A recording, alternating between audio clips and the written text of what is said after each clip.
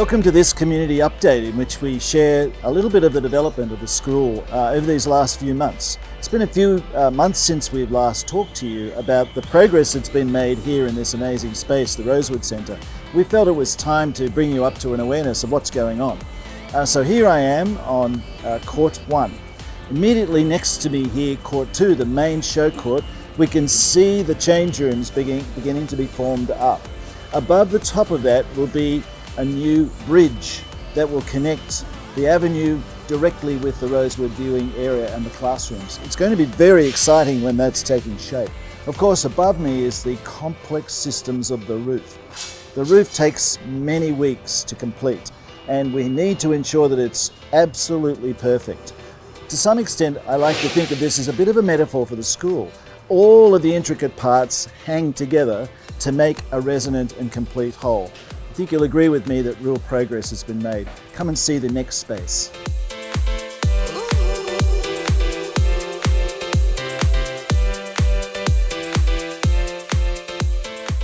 One of the great features about the design of this building is that we're attempting to have a cross flow of air.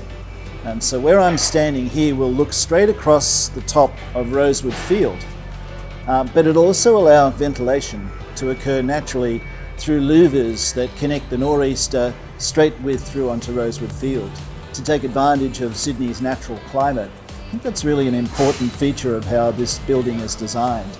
Another important feature is the structure of the roof. I mentioned about how intricate it is. It's also mindful of the large amount of sound that would reverberate inside this space when games are on. And so there's sections that have buffer zones just to allow the sound to be a little bit deadened and make it more comfortable for both players and viewers. We're here just beside the Sue Field Room.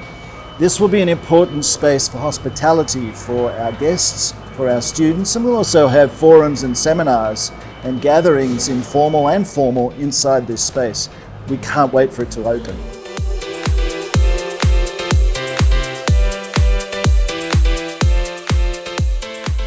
So where I'm standing now is a long access walk on level 3, as it's known, that will both look over the courts but also provide access to viewing out onto Rosewood and access into the classrooms.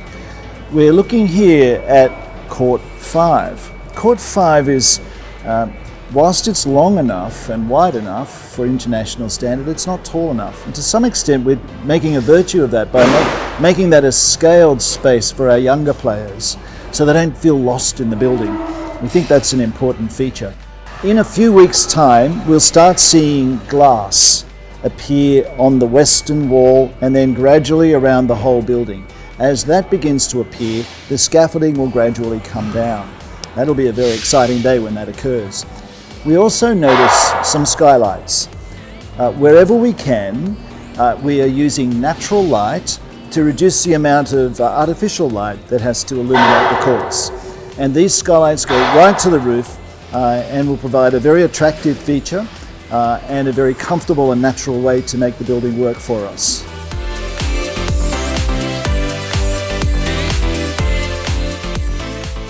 We're now down on level 1, or the ground floor if you will, and this is the strength and conditioning room, or it will be when it's finished.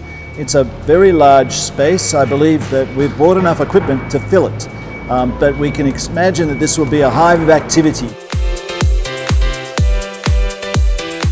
Straight behind the wall to the north is the large car park that will provide accommodation for, we think, around 170, maybe 180 cars, which includes spaces for 6 electric cars in the future. That will, I might add, be powered from the solar panels that we're installing on the roof. When people arrive, they'll come through the car park, come through either onto Rosewood Fields, which are immediately in front of me here, or go up the stairs and onto the courts level, where players will be, and the viewing area is above that where the coffee is. Now, this is by far the biggest project that the school has ever attempted in its history, and good progress is being made. We expect the building to be ready for occupation sometime in March. So gradually over the next few months, scaffolding will be removed as the glass is installed and more internal finishes are completed. The very last thing that will happen is the internal flooring for the courts. That will be a sight to see. Of course, this isn't the only work that's happening around the school. We're delighted with the completed middle school quadrangle area.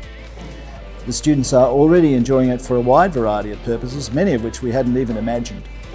Our junior school quad has also been developed with a wonderful new playground and a very beautiful gift of a sculpture that celebrates the commencement of co-education in that portion of the school.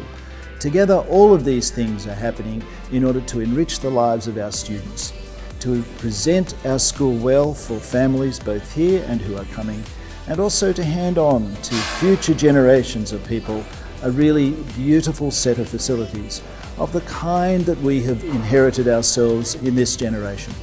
I want to thank you all for your amazing patience while these programs are going on, and we're all excited about what lies ahead in the future.